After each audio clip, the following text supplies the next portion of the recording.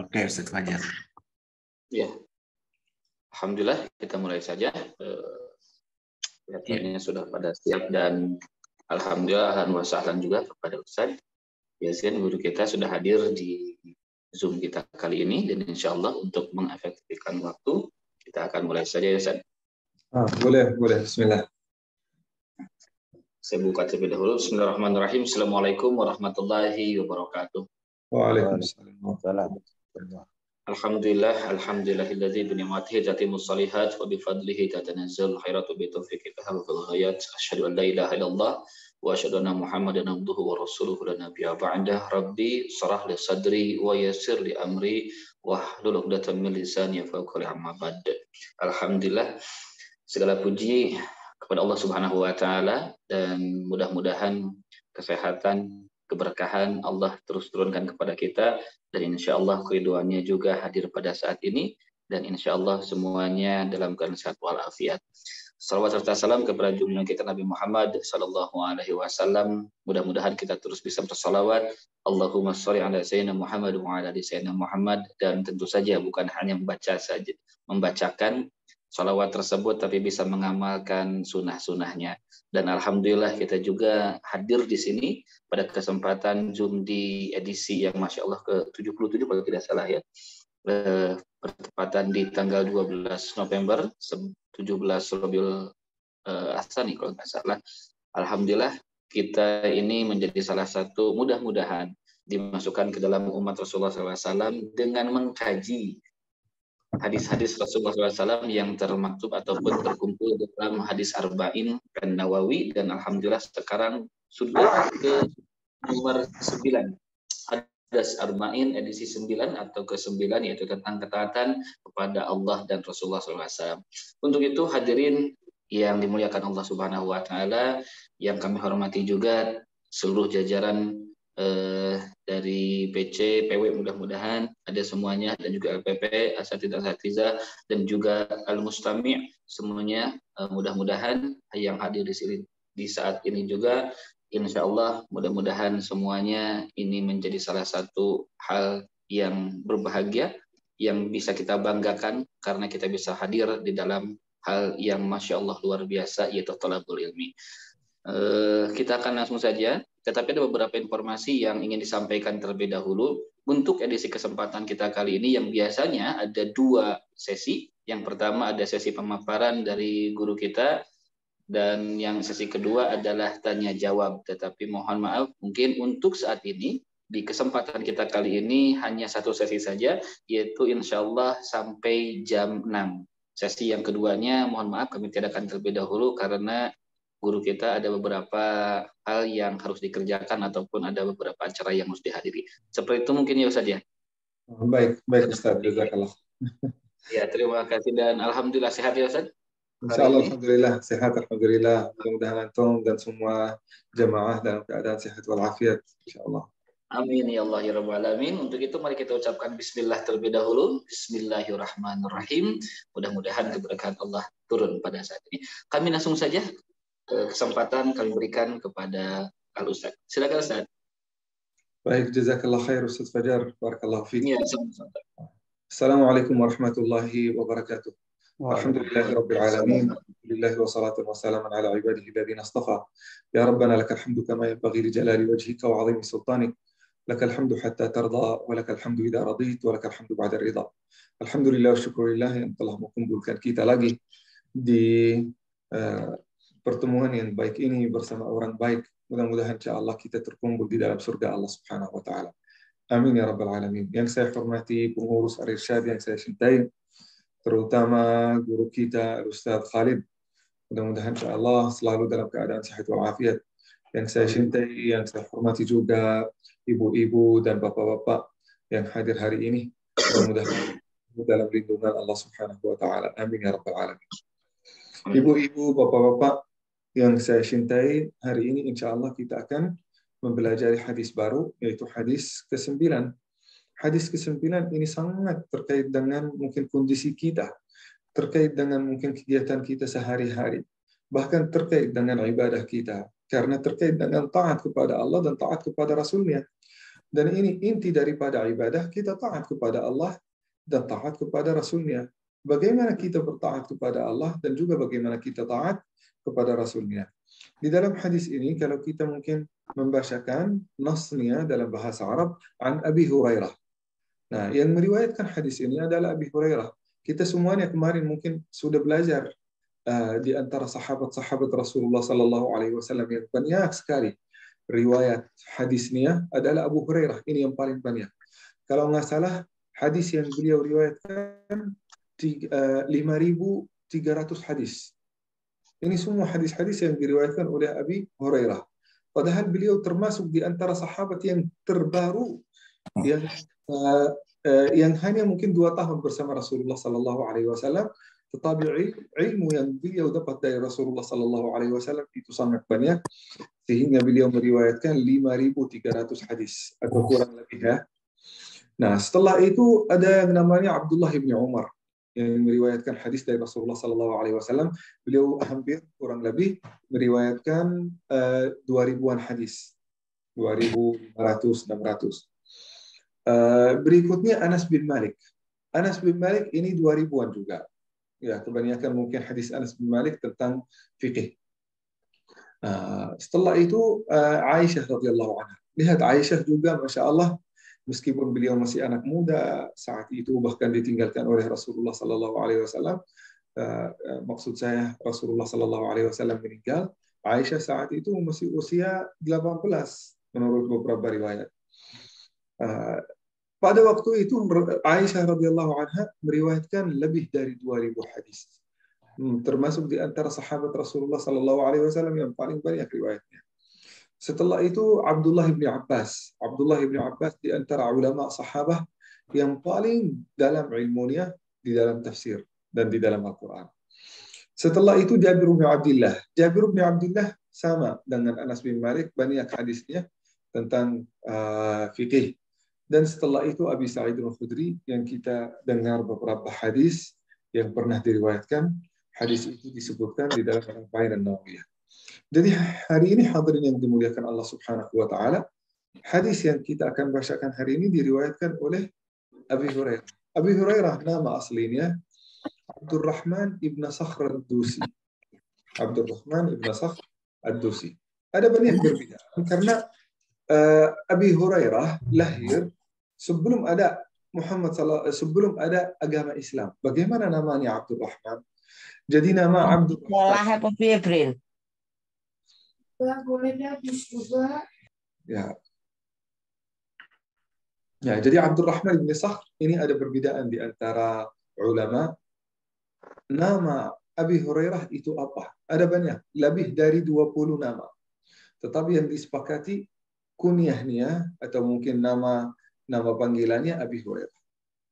Abdurrahman bin Sakhr ini ada banyak perbedaan di antara sahabat, di antara ulama. Apakah benar namanya Abdurrahman bin Sakhr atau tidak? Nah, radhiyallahu anhu qal, sami'tu Rasulullah sallallahu alaihi wasallam. Saya dengar Rasulullah sallallahu alaihi wasallam bersabda, "Ma nahaitukum anhu." Nah, kita sekarang belajar satu kata bersatu kata atau mungkin satu kalimat bersatu kalimat. Karena hadis ini sangat penting untuk kita sebagai jamaah ya, yang sering bertanya kepada ustaz dan juga kita yang mengikuti sunnah Rasulullah Sallallahu Alaihi Wasallam, yang ingin mengikuti juga perintah Allah Subhanahu Wa Taala. Rasulullah Sallallahu Alaihi Wasallam bersabda, "Mana haitukum anhu fajtanibuh." Apabila aku larang sesuatu pada kalian, maka fajtanibuh. Apa artinya fajtanibuh? Fajtanibuh maka jauhilah. Ini penting sekali. Rasulullah Sallallahu Alaihi Wasallam di sini tidak berkata, tidak bersabda, jangan melakukannya. Maka Rasulullah Sallallahu Alaihi Wasallam menyampaikan kepada kita, jauhilah. Ini lebih kuat daripada jangan melakukannya. Kalau kita tidak melakukannya, bisa jadi kita dekat. Misalnya, kita tidak melakukan zina, kan? Tidak melakukan zina. Tetapi bisa jadi kita dekat dari tempat hiburan, atau melakukan sesuatu yang mendekati ke zina, misal kita tidak ghadul basar, menyentuh yang bukan muhrim, ini sudah dekat ke zina ini. Nah, kita benar, kita sudah tidak melakukan zina, tetapi kita mendekat. Nah, suatu hari kita akan melakukannya. karena kita lagi dekat. Tetapi Rasulullah Sallallahu Alaihi Wasallam menyampaikan dan menegaskan, fajtanibuh. Kalau kalian dilarang untuk melakukan sesuatu, maka jauhilah. Jauhilah. Jauhilah menyentuh, jauhilah melihat yang haram, jauhilah semua jalan-jalan yang menyampaikan kita ke haram yang dilarang oleh Allah Subhanahu wa taala. Jadi ini sangat penting. Kalau kita benar-benar ingin menjaga diri kita sendiri, kita berusaha untuk menjauh dari apa yang dilarang oleh Allah Subhanahu wa taala. Jangan terlalu percaya diri kalau Allah Subhanahu wa taala mengharamkan sesuatu, kita bilang kita tidak akan melakukannya, cuma dekat aja, cuma penasaran, cuma mau melihat. Suatu hari engkau akan melakukannya. Menurut beberapa studi, orang-orang yang mengkonsumsi narkoba, yang sudah addicted, sudah ketagihan, kecanduan untuk mengkonsumsi narkoba, itu mulai dengan penasaran. Awalnya mungkin duduk dengan teman-teman yang konsumsi. Setelah itu mungkin mulai mau coba aja sedikit. Nah, dicoba itu bertahap-tahap sampai kecanduan. Tidak bisa meninggalkannya. Begitu juga hadirin yang dimuliakan Allah Subhanahu wa taala. Maksiat-maksiat itu hadirin yang dimuliakan Allah Subhanahu wa taala kayak magnetik. Magnetik atau dalam bahasa Arab magnetis. Saya nggak tahu bahasa Indonesia mungkin magnetik ya. Yang menarik kita. Semakin kita dekat, semakin kesempatan sangat besar dan kemungkinan sangat besar untuk kita melakukannya. Jadi daya tariknya itu sangat kuat apabila kita dekat dari haram itu. Maka hadirin yang dimuliakan Allah Subhanahu wa taala, supaya kita menjaga diri kita sendiri, menjaga hubungan yang baik dengan Allah Subhanahu wa taala, jangan mendekati diri ke apa yang dilarang oleh Allah Subhanahu wa taala dan Rasulnya. Nah, ma nahaitukum anhu fajtanibuh. Rasulullah menegaskan kita menjauhi dari apa yang dilarang oleh Allah dan juga Rasulnya. Kalau ada seseorang berkata, saya akan menjauh dari apa yang dilarang oleh Allah di dalam Al-Quran. Tetapi sunat itu karena banyak khilafiyah, saya tidak akan peduli. Tetap hadirin yang dimuliakan Allah Subhanahu wa taala. Meskipun ada banyak khilafiyah, tetapi ada banyak hadis yang sahih yang disepakati oleh ulama. Khususnya hadis yang ada di dalam Sahih Al-Bukhari, di dalam Sahih Muslim, di dalam Al-Kutub Sittah. Nah, ini hadis Rasulullah Sallallahu Alaihi Wasallam yang perlu kita perhatikan. Adapun juga hadis-hadis sahih yang ditulis di dalam Musnad al-Imam Al-Hakim, Musnad al-Imam Al-Syafi'i, Musnad al-Imam Ahmad. Nah, kita perlu mengambil hadis-hadis yang sahih ini. Kalau ada perintah Rasulullah Sallallahu Alaihi Wasallam, segera kita menjauhi dari larangan Allah Subhanahu Wa Taala dan Rasulnya. Nah, setelah itu kalimat yang berikutnya, wama amartukum bihi fa'tu minhu mastata'tum. Dan apa yang aku perintahkan pada kalian, maka kerjakanlah sesuai dengan batas maksimal kesanggupan kalian. Ini penting sekali juga. Wama amartukum, apa yang diperintahkan oleh Rasulullah Sallallahu Alaihi Wasallam itu pasti juga apa yang diperintahkan oleh Allah Subhanahu Wa Taala. Maka lakukanlah, kerjakanlah sesuai dengan kemampuan kita. Tetapi kemampuan kita supaya kita tidak beralasan batas maksimal kita. Batas maksimal kita sesuai dengan kemampuan, kekuatan, kesanggupan, ke waktu yang diberikan kepada kita. Jadi itu termasuk juga kemampuan kita. Tetapi batas maksimal. Nah, kesanggupan kalian. Nah, ini penting sekali. Nah, ini kenapa Rasulullah Sallallahu Alaihi Wasallam menyampaikan tentang ini? Karena kadang-kadang hadirin yang dimuliakan Allah Subhanahu Wa Taala, kesanggupan kita tergantung pada beberapa situasi. Misal, seseorang yang lagi berjalan di hutan. Berjalan di hutan, habis bekalnya. Sudah tidak ada makanan, tidak ada apapun. Dia sudah lapar, kelaparan itu bisa membuat dia mati. Nah, tiba-tiba dia melihat pork, dia melihat babi di hutan. Nah, apakah dia bisa makan atau mengambil atau makan pork atau mungkin babi tersebut? Boleh. Tetapi sesuai dengan kesanggupan, sesuai dengan kebutuhan.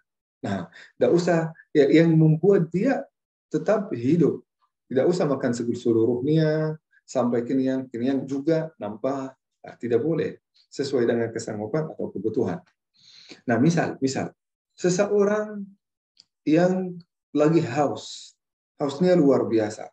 Dia tidak ada airnya. Tetapi ada minuman keras, ada khamr.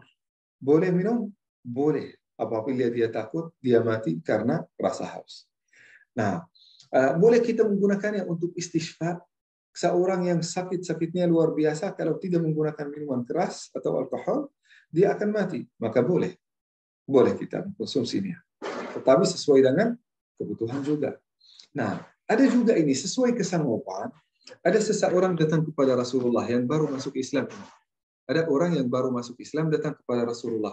Ya Rasulullah, saya mau salat. Bagaimana saya salat padahal saya tidak hafal surat Al-Fatihah? Ini penting ini buat bagi kita. Kadang-kadang kita ada seseorang yang baru masuk Islam, belum hafal surat Al-Fatihah, tasbihnya nggak bisa, rukuknya nggak bisa, sujudnya nggak bisa, apalagi tasyahud.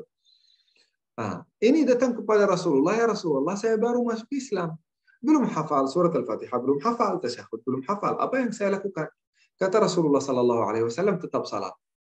Surat Al-Fatihah diganti dengan Subhanallah, walhamdulillah, wala ilaha illallah, wallahu akbar, wala hawla wala quwata illa billah. Boleh diganti? Boleh. Tetapi pasti kalau kita sudah hafal surat Al-Fatihah, kita membacakan surat Al-Fatihah. Belum hafal surat Al-Fatihah, jangan meninggalkan salat. Tetap kita membacakan, saya ulang lagi ya. Subhanallah, walhamdulillah, wala ilaha illallah, wallahu akbar, wala hawla wala quwata illa billah. Itu hadis sahih. Jadi agama kita ini agama yang sangat mudah. Sangat dimudahkan oleh Allah Subhanahu wa taala. Kita tidak usah memaksa diri di atas kesanggupan atau kemampuan kita. Jadi orang ini yang tidak hafal surat Al-Fatihah tidak apa-apa. Yang penting kita tetap ada hubungan yang baik dengan Allah Subhanahu wa taala melalui salat. Meskipun kita tidak membacakan surat Al-Fatihah, boleh. Kalau ada seseorang berkata, saya hanya hafal setengah dari surat Al-Fatihah. Jawabnya, kita tetap membacakan setengah surat Al-Fatihah sesuai hafalan kita. Setelah itu dilanjutkan dengan Subhanallah, walhamdulillah, wala ilaha illallah, wallahu akbar, wala hawla wala quwata illa billah. Jadi itu sesuai dengan kesanggupan hadirin yang dimuliakan Allah Subhanahu wa taala. Nah, setelah itu hadirin yang dimuliakan Allah Subhanahu wa taala, kita melanjutkan bacaan hadisnya. Nah, وَمَا أَمَرْتُكُمْ بِهِ فَأْتُوا مِنْهُ مَا اسْتَطَعْتُمْ فَإِنَّمَا أَهْلَكَ الَّذِينَ مِنْ قَبْلِكُمْ. Karena sesungguhnya yang membinasakan umat terdahulu, umat sebelum Islam, sebelum Nabi Muhammad SAW, yang membinasakan mereka adalah banyak pertanyaan mereka terhadap nabi-nabi mereka. Ya, ini penting. Apakah ini kalau kita banyak pertanyaan, kita termasuk sesat, kita termasuk orang binasa, kita akan dihancurkan oleh Allah Subhanahu wa taala. Bukan ini yang dimaksud oleh Allah Subhanahu wa taala. Yang dimaksud oleh Rasulullah sallallahu alaihi wasallam di sini orang-orang yang banyak teori ini ya. Banyak teori, banyak pertanyaan-pertanyaan di luar mungkin masalah ini atau mungkin di luar kemampuan nalar kita atau mungkin pikiran kita, lalu mereka tidak mengerjakan, tidak mengamalkan. Misal, ada seseorang berkata, kalau wanita yang lagi halangan, yang lagi haid, itu tidak boleh salat. Nah, dia tanya kepada kita, Ustadz, bagaimana kalau laki-laki yang haid? Astagfirullah, emang ada laki-laki yang haid? Nah, ada yang namanya mungkin LGBT, itu lain kali. Bukan masalah ini. Tetapi ini bertanya tentang bagaimana kalau laki-laki yang haid. Ini sudah di luar masalah itu dan juga di luar pikiran, di luar logika. Banyak orang yang suka bertanya seperti itu. Nah, atau mungkin kadang-kadang teman-teman ini mungkin terjadi di zaman Bani Israel. Allah Subhanahu wa taala menyuruh mereka, memerintahkan mereka untuk mengkorbankan sapi. Korban sapi. Sapi apapun, silahkan, apapun. Nah, mereka karena banyak teorinya ini supaya mereka mempermainkan Isa alaihissalam. Bukan untuk mengerjakan, bukan untuk tabayyun, bukan untuk mengetahui ilmu, tetapi untuk mempermainkan Musa alaihissalam atau Nabi Allah Subhanahu wa taala dan mempermainkan perintah Allah Subhanahu wa taala. Mereka berkata, Isa, tolong tanya kepada Tuhanmu. Nah, Ini kurang sopan. Tolong tanya kepada Tuhanmu, warnanya apa? Dibilang warnanya safra, yellow, kuning. Lalu mereka berkata, tolong berikanlah kepada kami sifat karena kami masih bingung. Itu banyak sapi yang kuning. Padahal mereka kalau beli apapun sapi yang warnanya seperti itu boleh. Nah, setelah itu la faridun wala bikrun awanun baina dzalika faf'alu ma tu'marun. Lalu Allah Subhanahu wa taala menjelaskan beberapa sifat-sifatnya. Itu membuat mereka sangat bingung sampai-sampai tidak bisa mengamalkan apa yang telah diperintahkan oleh Allah Subhanahu wa taala kepada mereka, dan bahkan mereka mempersusah diri mereka sendiri. Mempersusah. Ini kenapa? Karena mereka banyak tanya supaya mempermainkan perintah Allah Subhanahu wa taala. Misal, kalau ada seseorang di antara kita ya, dengar perintah bahwasanya kita harus baca Quran. Kita baca Quran.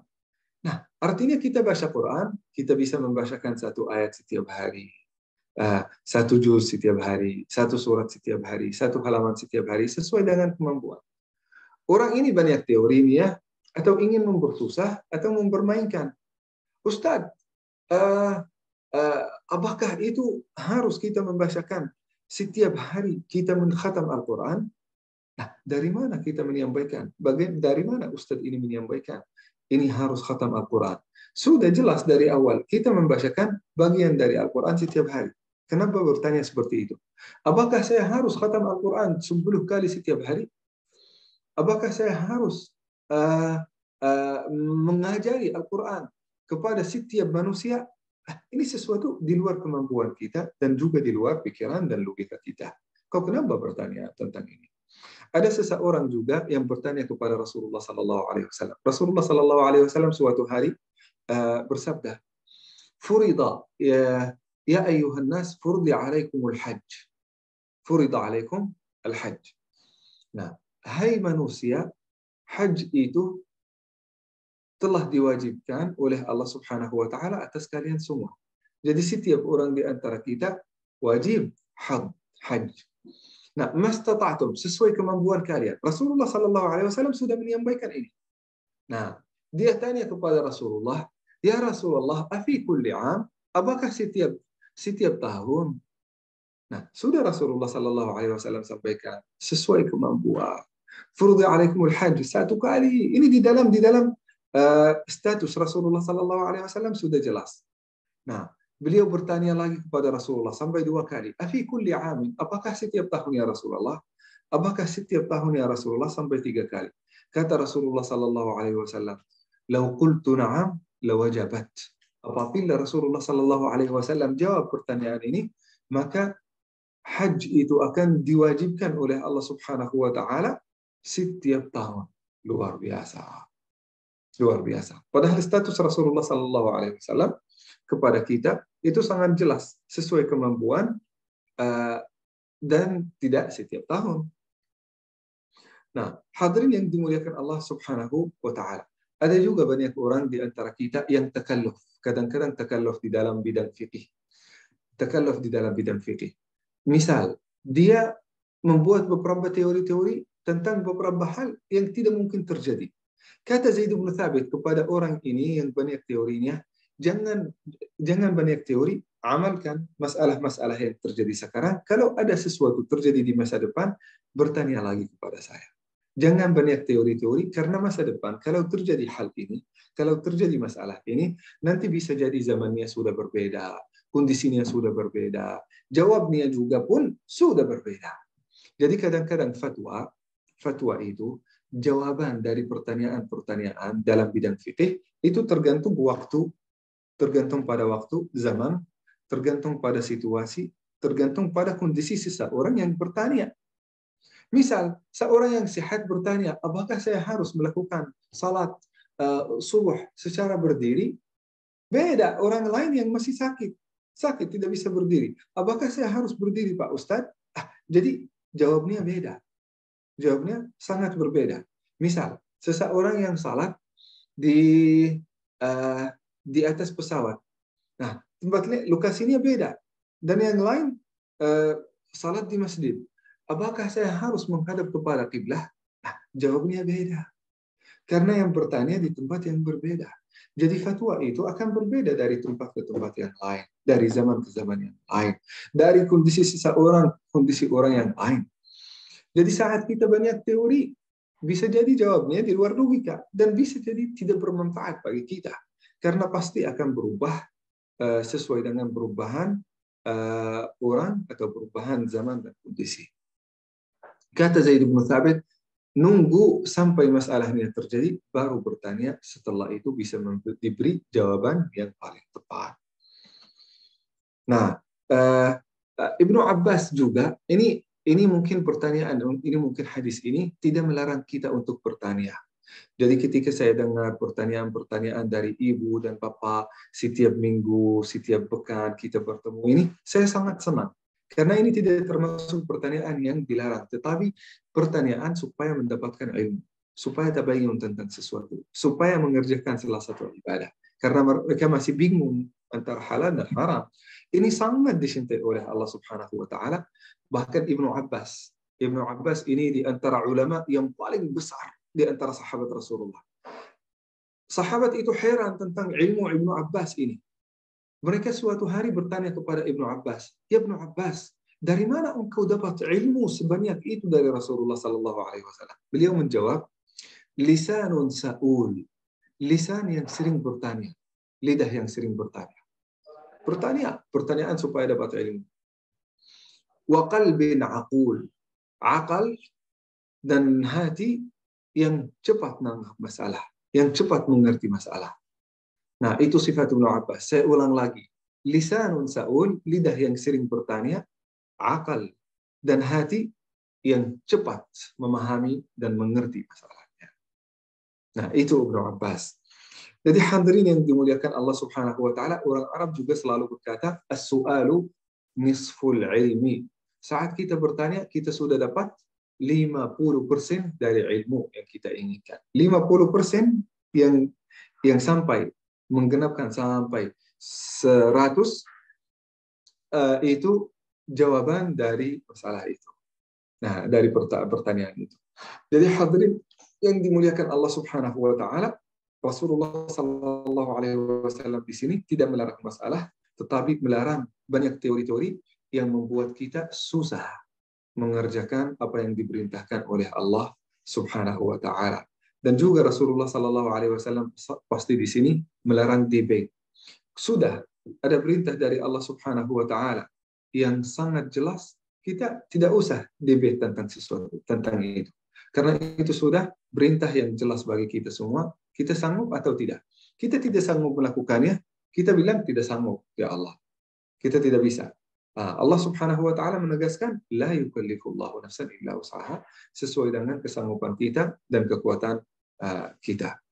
Nah, itulah hadirin yang dimuliakan Allah Subhanahu wa taala, penjelasan yang sangat singkat tentang hadis ini. Mudah-mudahan insyaallah bermanfaat.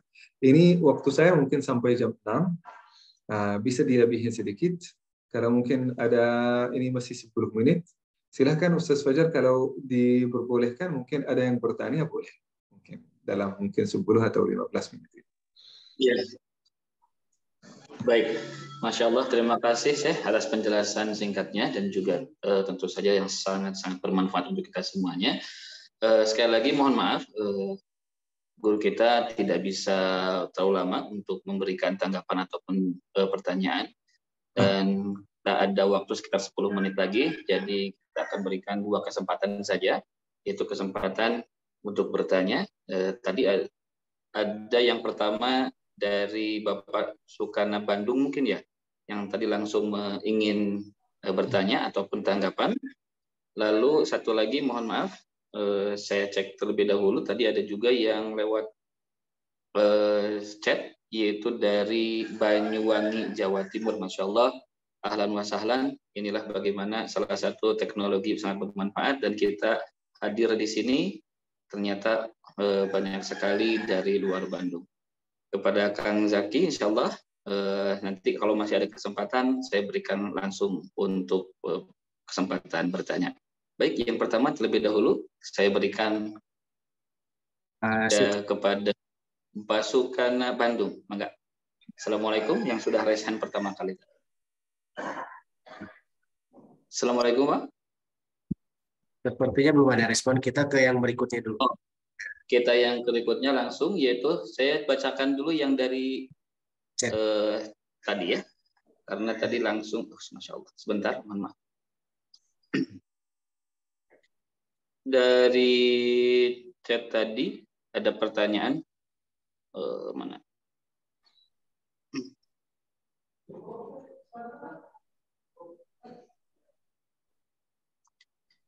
Dari Ibu mungkin ya, Ibu Nisaul Alamin dari Banyuwangi, bagaimana dengan kita saat haid dan saat bepergian berhenti di masjid, apakah boleh duduk di tempat tersebut? Oh, ini masuk ke dalam pembahasan fikih mungkin ya. Apabila kita sedang haid dan bepergian berhenti di satu masjid, apakah boleh duduk di tempat tersebut? Itu dulu mungkin. Enggak. Nah, baik. Terima kasih Ibu atas pertanyaan, ini penting bagi mungkin kita semua ya. Nah, kalau mungkin akhwat-akhwat, kaum perempuan, kaum wanita masuk masjid, nah dalam keadaan haid, itu illah nih ya. Kenapa banyak ulama dilarang seorang wanita dalam keadaan haid masuk masjid? Karena di zaman Rasulullah SAW belum ada alat-alat dan baju-baju yang menghalangi darah untuk bisa jadi masuk atau mungkin mengkotori masjid. Maaf ya. Nah, tetapi kalau sudah ada alat, sudah ada baju yang menghalangi itu semua, maka boleh kalau mungkin duduk atau mungkin ada di masjid, menghadiri berkah yang diturunkan di dalam masjid, boleh asal kita sudah jamin bahwasanya itu tidak akan mempengaruhi kebersihan masjid. Barakallahu fiik. Masya Allah, terima kasih saya. Sangat jelas dan juga clear tentang bagaimana boleh dan tidaknya bagi wanita yang sedang haid duduk di masjid. Langsung masih ada kesempatan kepada Kang Zaki Okta. Kami persilahkan.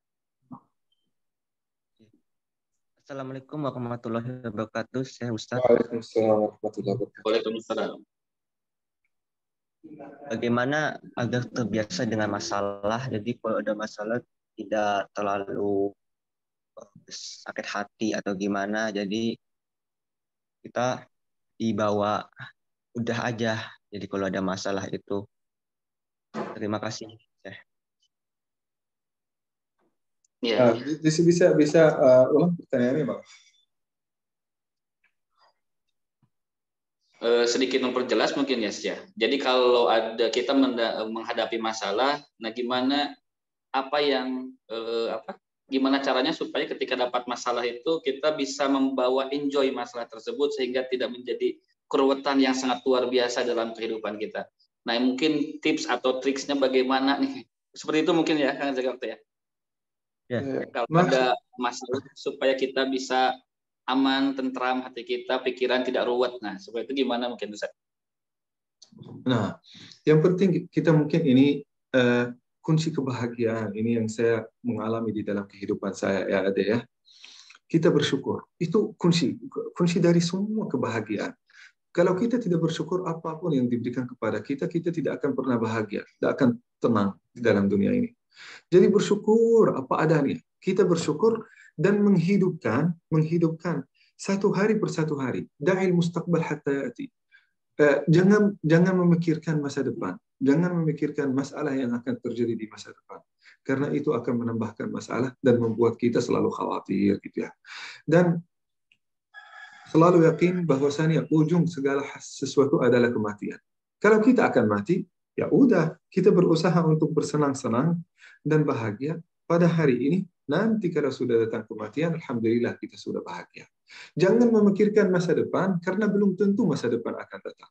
Bisa jadi kita mati sekarang, bisa jadi besok, bisa jadi tahun depan, kita nggak tahu.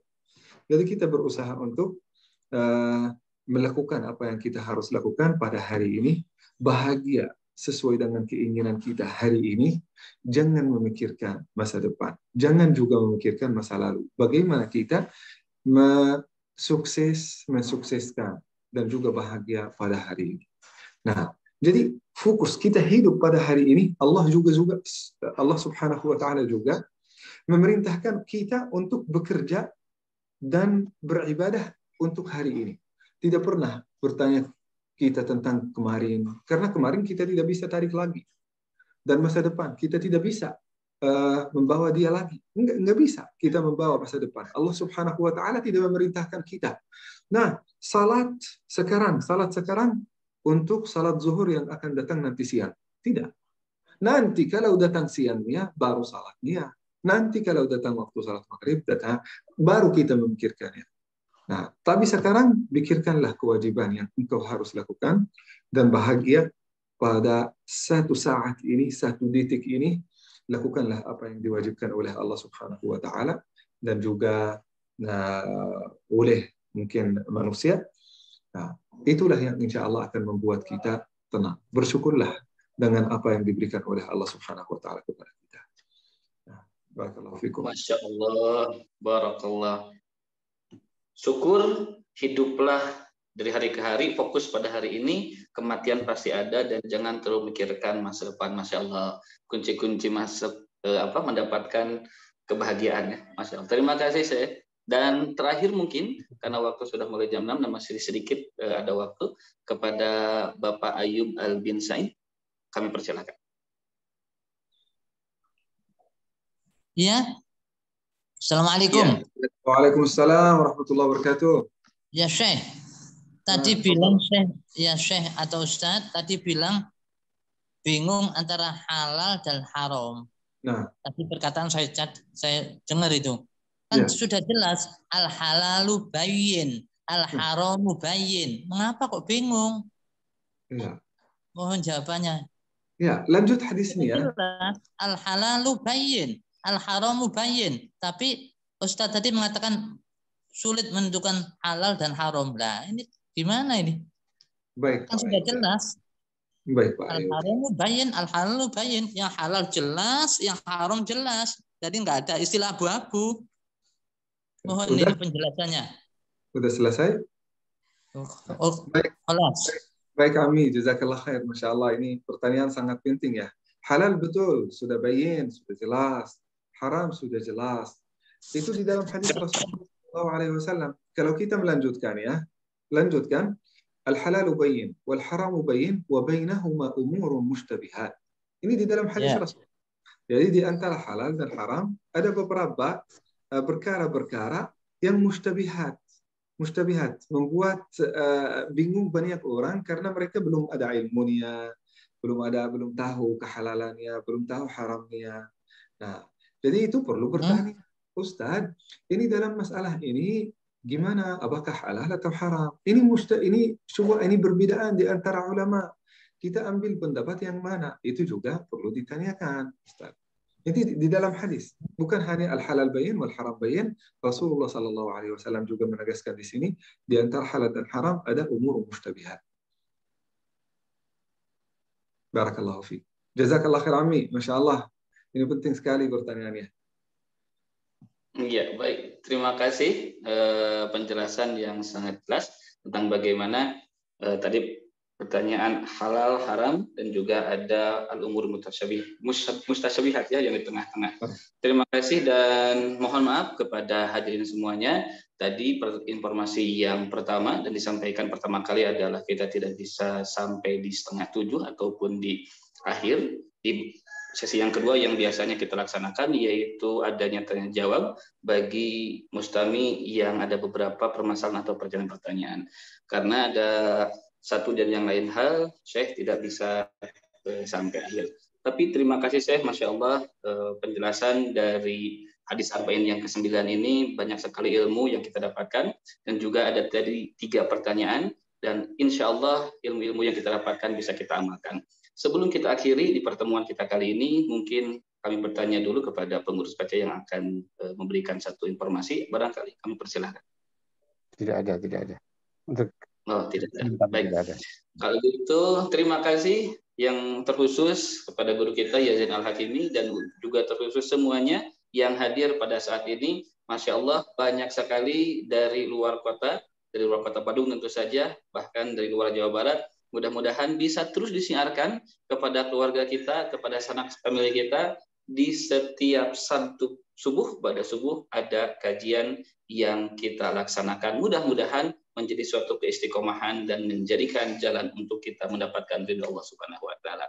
Itu saja kesempatan kita kali ini, dan marilah kita tutup semuanya dengan ucapan semuanya istighfar bersama-sama. Astagfirullahaladzim, lalu ucapan hamdalah, alhamdulillahirabbil alamin, dan doa akhir majlis. Subhanakallahumma bihamdika asyhadu an la ilaha illa anta astaghfiruka wa atubu ilaik.